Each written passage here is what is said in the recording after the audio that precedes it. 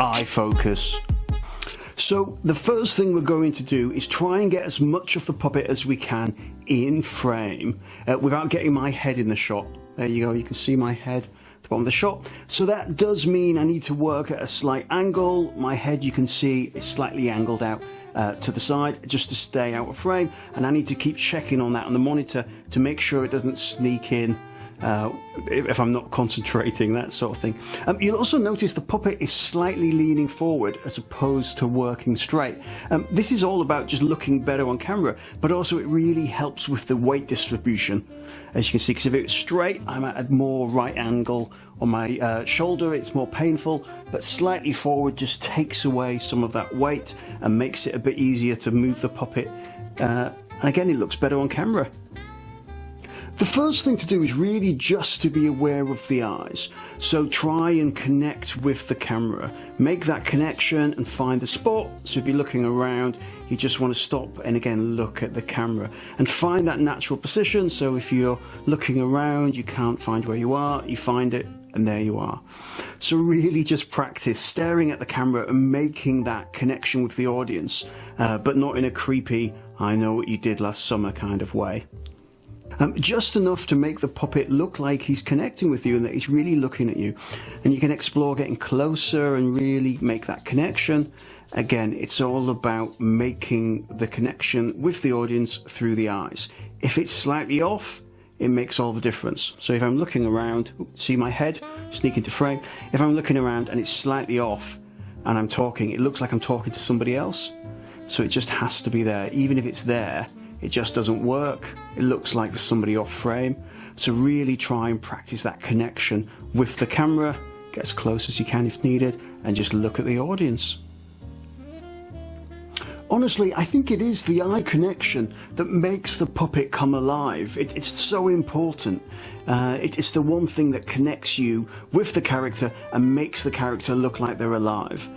You've got to find that sweet spot and find that connection.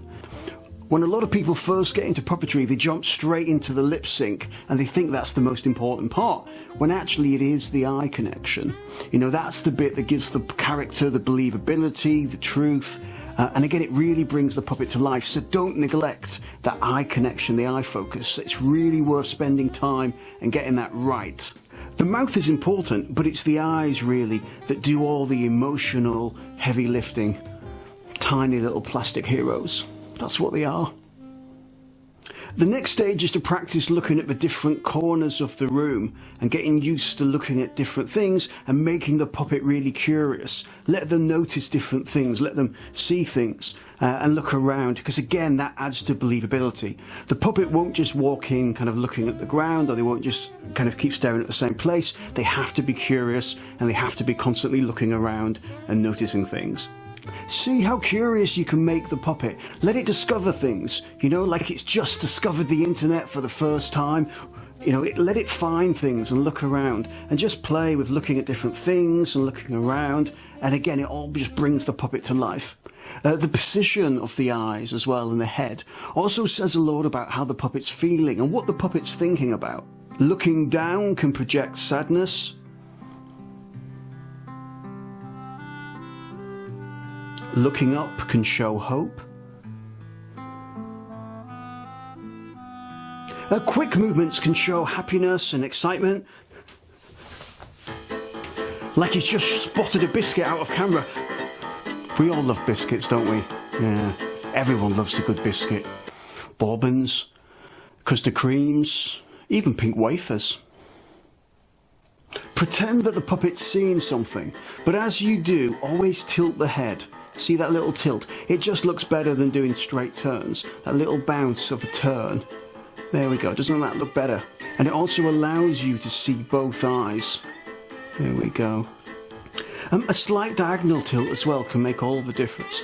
Honestly, it's worth just playing around with the puppet and practicing looking at different things. Look at everything you can, just walk around your room and spot things and just play around with those eyes and finding the main key focus area. So look at the camera, look around a bit, then look at the camera again look at the corners, look at the puppet's hands, have a look, then back at the camera. Just practice looking around really.